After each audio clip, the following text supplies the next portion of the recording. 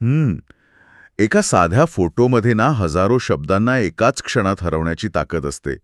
म्हणजे असं का होतं? हां. आपला मानवी मेंदू शब्दांपेक्षा चित्रांवर एवढ्या वेगाने प्रतिक्रिया का देतो हे समजून घेण्यासाठी एक कल्पना करूया. नक्कीच. समजा एखाद्या अशा व्यक्तीला आपल्याला गगनचुंबी इमारत म्हणजे काय हे समजावून सांगायचे आणि त्या व्यक्तीनं आपलं छोटंसं गाव कधीच सोडलेलं नाहीये. म्हणजे फक्त शब्दांनी सांगायचं? हो, फक्त शब्दांनी. सांगणारी व्यक्ती शब्दांची जुळवाजुळव करते. ती सांगते की ती इमारत खूप उंच असते, ढगांना स्पर्श करेल इतकी उंच, एकावर एक असे 100 मजले असतात. बरं. ऐकणारी व्यक्ती मान डोलावते, पण तिच्या डोळ्यात एक प्रकारची शून्यता असते. म्हणजे त्या शब्दांमधून ती व्यक्ती तिच्या कल्पनेत जास्तीत जास्त गावातलं एखादं उंच मंदिर किंवा पाण्याची टाकी उभी करत असते. अगदी बरोबर. कारण तिचा अनुभव तिथपर्यंतच आहे. हो ना? मग तिला खिशातून फोन काढून बुर्ज खलिफाचा किंवा न्यूयॉर्कमधल्या एखाद्या उंच इमारतीचा एक साधा फोटो दाखवला जातो आणि एका सेकंदात, म्हणजे फक्त एका सेकंदात त्या व्यक्तीच्या चेहऱ्यावरील भाव बदलतात. शब्दांची मर्यादा तिथेच संपते. हो, आणि आकलनाचा प्रकाश पडतो. तर आजच्या या आपल्या सखोल चर्चेत सर्वांचं स्वागत आहे. आज आपण याच मानसशास्त्रीय जादूवर सविस्तर चर्चा करणार आहोत. आपला आजचा विषय आहे अध्यापनातील दृश्यश्राव्य साधनांचा उपयोग.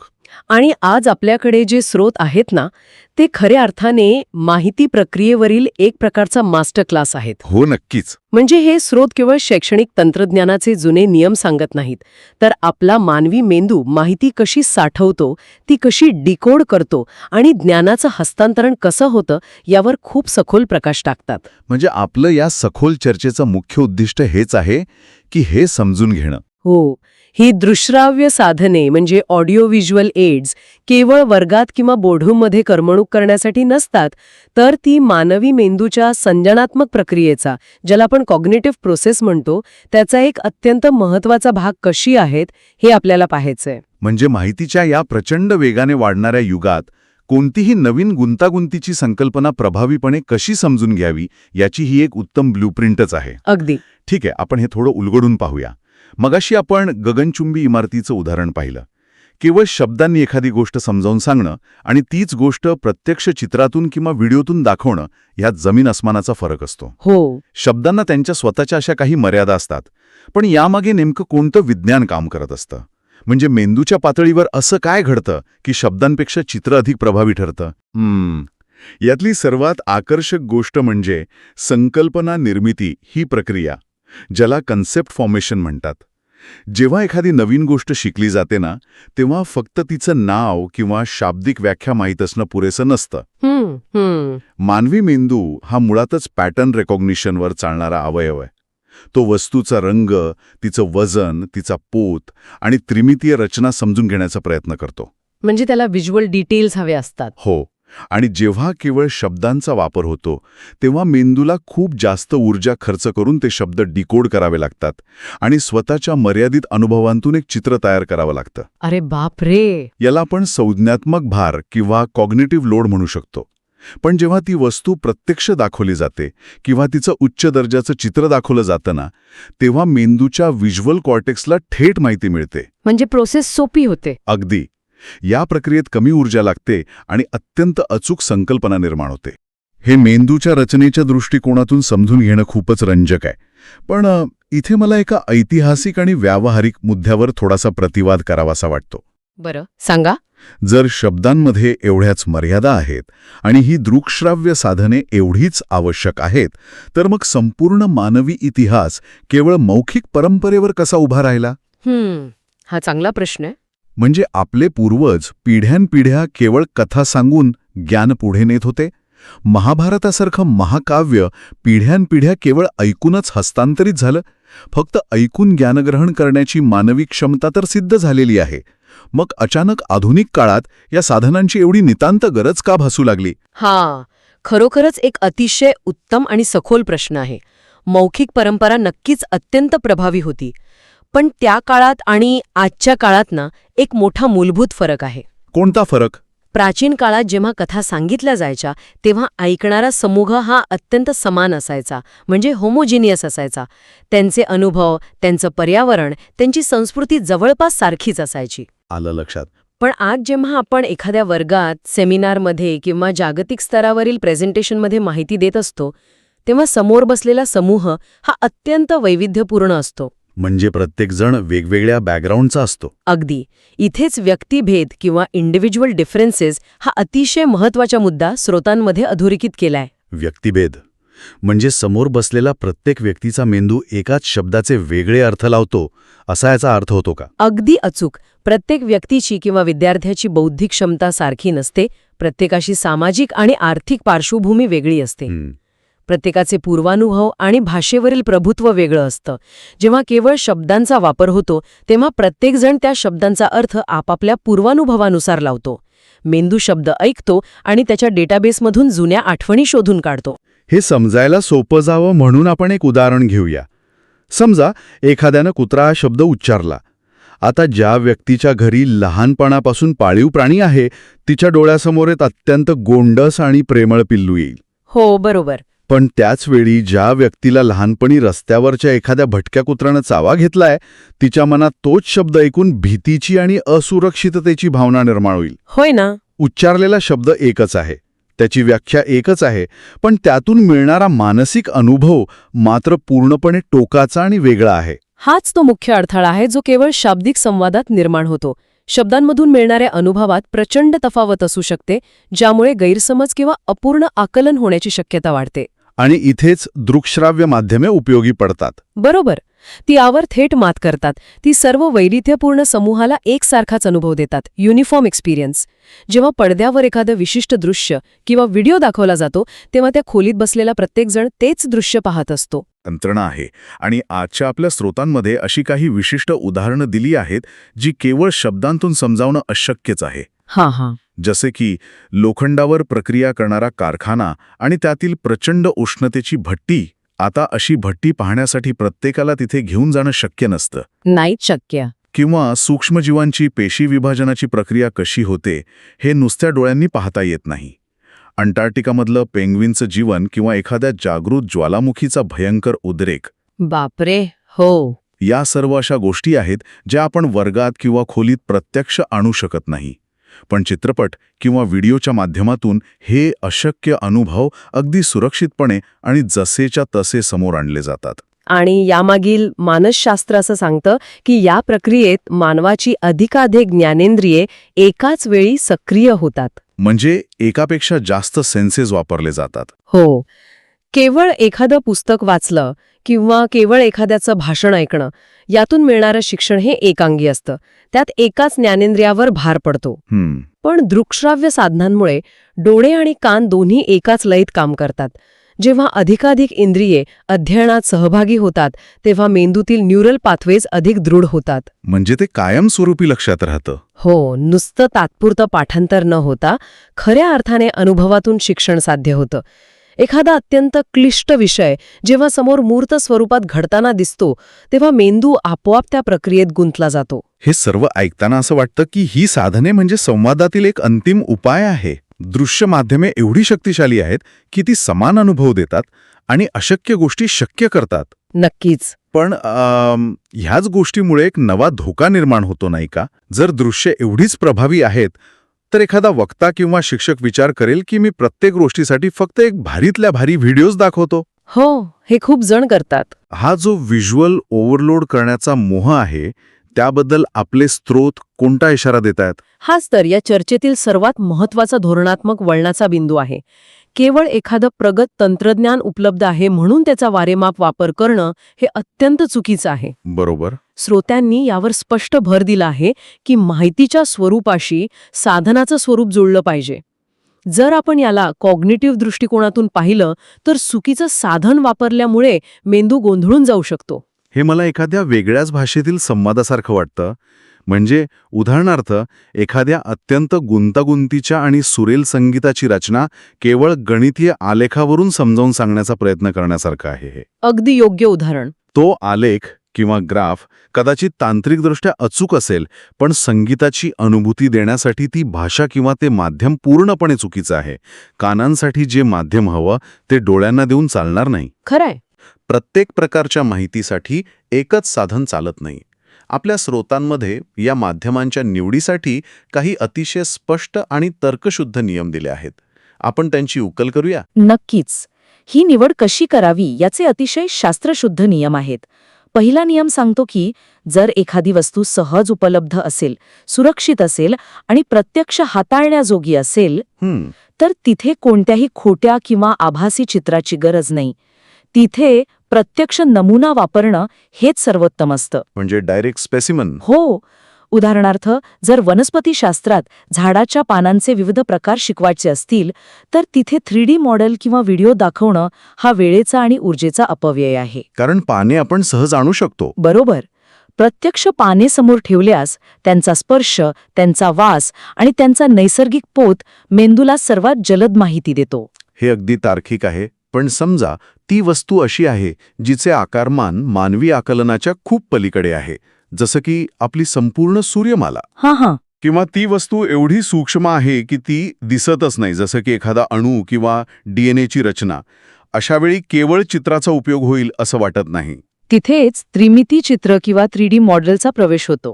केवळ एका सपाट 2D चित्रावरून ग्रहांचे एकमेकांसोबतचे अंतर किंवा अणूच्या रचनेतील खोली समजणं मानवी मेंदूला कठीण जातं. हो, खोली किंवा डेप्थ समजणं अवघड आहे. मॉडेलमुळे ती अवकाशाची संकल्पना स्पष्ट होते. हो. पण यापुढचा एक अत्यंत महत्वाचा आणि रंजक मुद्दा स्रोतांमध्ये मांडला आहे, जो अंतर्गत रचनेविषयी आहे. Internal structure.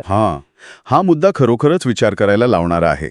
समजा एखाद्याला इंजिनच्या आत पिस्टन कसे काम करतात हे समजून घ्यायचंय, किंवा मानवी हृदयाच्या आतून रक्ताचा प्रवाह कसा जातो हे पाहायचंय.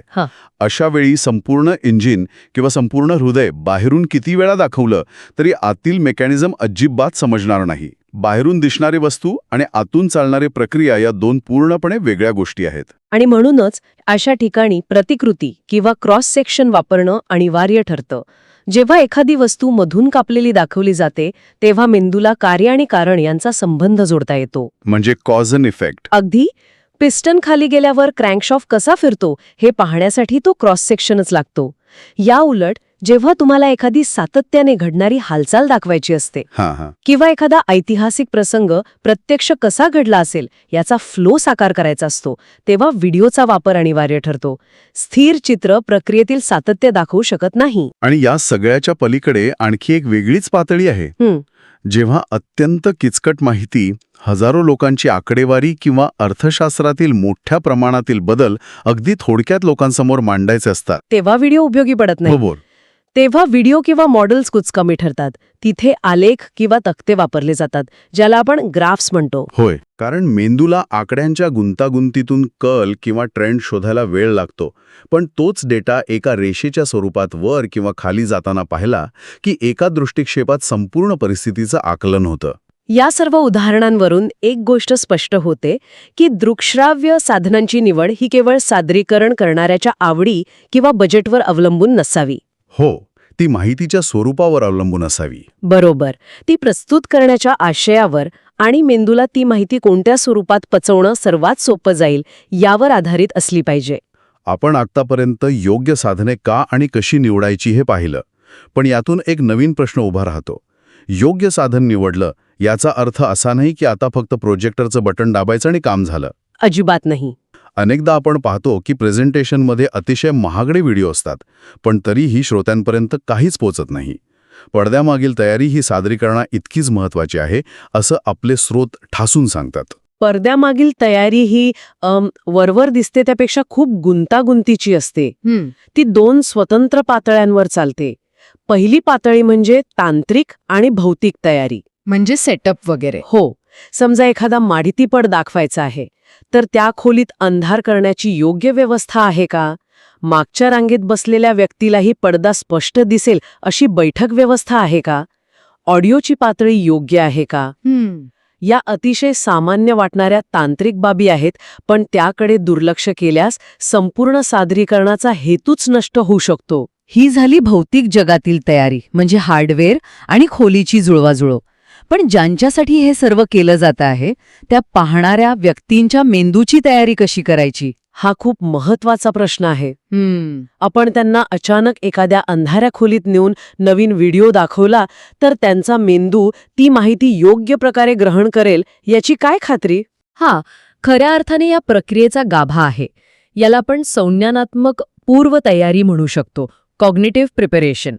कोणताही कार्यक्रम किंवा व्हिडिओ पाहण्यापूर्वी पाहणाऱ्यांना त्याची पूर्वकल्पना देणं अत्यंत आवश्यक असतं. म्हणजे थोडी आयडिया देणं? हो, त्या व्हिडिओमध्ये जे नवीन आणि कठीण शब्द येणार आहेत, ज्या परिभाषा वापरल्या जाणार आहेत, त्यांचा आधीच परिचय करून दिला पाहिजे. यामागचं मानसशास्त्र मला असं वाटतं की जर एखादा ज्वालामुखीचा माहितीपट सुरू आहे आणि त्यात अचानक मॅग्मा, क्रेटर किंवा पायरोक्लास्टिक फ्लो असे शब्द आले तर पाहणाऱ्याचा मेंदू तो शब्द डिकोड करण्याच्या प्रयत्नात अडकून पडतो. हो, बरोबर. आणि त्या प्रक्रियेत तो पुढचे 10 सेकंद पडद्यावर चाललेली अत्यंत महत्वाची दृश्य माहिती गमावून बसतो. तुम्ही दिलेलं हे विश्लेषण अगदी अचूक आहे.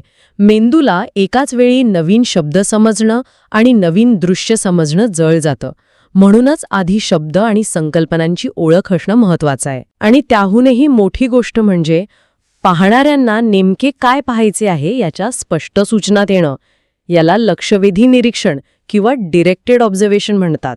म्हणजे त्यांना एक टार्गेट देणं. अगदी.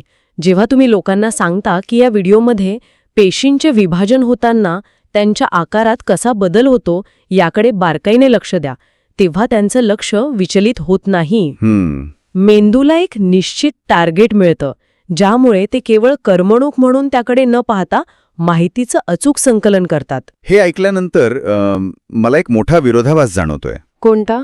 जर आपण एखाद्या विषयासाठी अचूक साधन निवडलं, त्याची भौतिक तयारी केली, पाहणाऱ्यांच्या मेंदूची तयारी केली आणि त्यांना टार्गेटही दिलं, तर मग या संपूर्ण प्रक्रियेत त्या मानवी सादरीकरणकर्त्याची किंवा शिक्षकाची गरजच काय उरली? जर व्हिडिओ एवढं परिपूर्ण पॅकेज आहे तर आपण त्या मानवी मार्गदर्शकाला सिस्टीममधनं वजा का करू शकत नाही? तंत्रज्ञान माणसाची पूर्णपणे जागा घेऊ शकेल का? आजच्या काळातील सर्वात ज्वलंत आणि भीतीदायक वाटणारा प्रश्न आहे. पण आपल्या स्रोतांनी यावर अतिशय ठाम आणि अभ्यासपूर्ण उत्तर दिलं आहे. काय उत्तर आहे? ही तांत्रिक साधने कितीही प्रगत आणि अचूक असली तरी ती मानवाची जागा कधीच घेऊ शकत नाहीत. ती केवळ आणि केवळ मदतनीस आहेत, म्हणजे असिस्टंट्स आहेत. म्हणजे अजून तरी मानवी मेंदूच्या भावनिक बुद्धिमत्तेला या मशीन्स हरवू शकलेल्या नाहीत? नक्कीच नाही. कारण ज्ञान ग्रहण करणं ही केवळ यांत्रिक पद्धतीने डेटा ट्रान्सफर करण्याची प्रक्रिया नाहीये. ती एक अत्यंत गुंतागुंतीची सामाजिक आणि भावनिक प्रक्रिया आहे, ज्याला आपण सोशिओ इमोशनल प्रोसेस म्हणतो. बरोबर. समोर बसलेल्या व्यक्तीला प्रवृत्त करणं, त्यांच्या डोळ्यांतील गोंधळ ओळखणं, त्यांच्या शंकांनुसार सादरीकरणाची गती कमी जास्त करणं, ही सर्वस्वी एका माणसाचीच क्षमता आहे. एक पडदा किंवा व्हिडिओ हे पाहू शकत नाही की मागच्या बाकावर बसलेल्या व्यक्तीच्या कपाळावर आठ्या पडल्या आहेत आणि तिला ती संकल्पना समजलेली नाही. मानवी अंतर्क्रिया, सहानुभूती आणि सामाजिकरण हे घटक तंत्रज्ञान कधीच पुरवू शकत नाही. हे अत्यंत दिलासादायक आहे. पण जर मानवी मार्गदर्शक आणि तंत्रज्ञान हे दोन्ही एकत्र काम करत आहेत तर हे संपूर्ण सादरीकरण यशस्वी झालं आहे हे सिद्ध कसं होतं?